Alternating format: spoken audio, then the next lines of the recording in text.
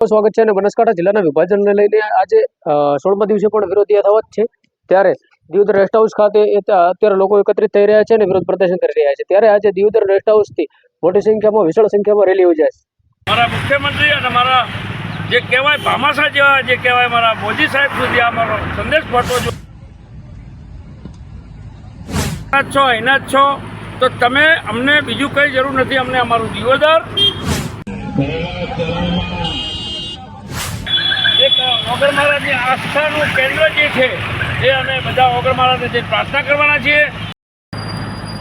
આજની રેલી બાબતમાં હું ભુવાજી નાગજીભાઈ સણાદર વિહોતર ફાઉન્ડેશન રાષ્ટ્રીય અધ્યક્ષ એક સમાજ સેવક છું અને મને બધા જે ખેડૂતોએ છે બધા વેપારીઓ છે એ સમર્થન છે અમારી સાથે। કોઈ રાજકીય મુદ્દો નથી આ કે કોંગ્રેસ કે ભાજપ કે કોઈ રાજકીય મુદ્દો નથી।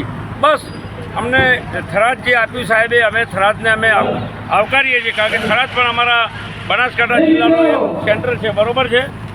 એટલા માટે શંકરભાઈને અમારે ખાસ નમ્ર વિનંતી છે કે શંકરભાઈ તમે પણ આપણા જ છો એના જ છો તો તમે અમને બીજું કંઈ જરૂર નથી। અમને અમારું દિયોદર અમારું કાંકરેજ બાબર ભીલડી અને 4-5 તાલુકા કરીને ઓગળ જિલ્લાને તમે અમને જાહેર કરો। ઓગણનાથમાં ભૂતકાળમાં પણ સાહેબે બોલેલા છે બધા બોલેલા છો તો આજના જે આ અમારી રેલી આજે લગભગ અહીંથી નીકળશે અને એક ઓગર મહારાજની આસ્થાનું કેન્દ્ર જે છે એ અમે બધા ઓગર મહારાજને જે પ્રાર્થના કરવાના છીએ।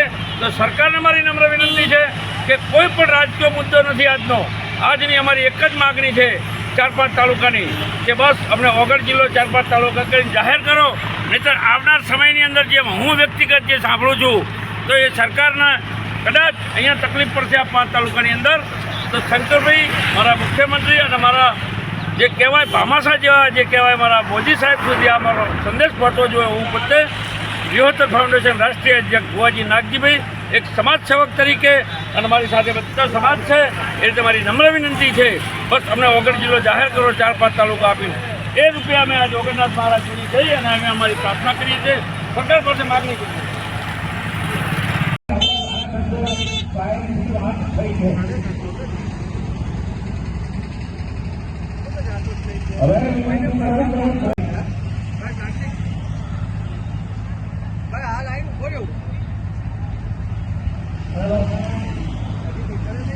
માટે અમારું ખૂબ ખૂબ ભાવભર્યું હાર્દિક હાર્દિક આમંત્રણ છે।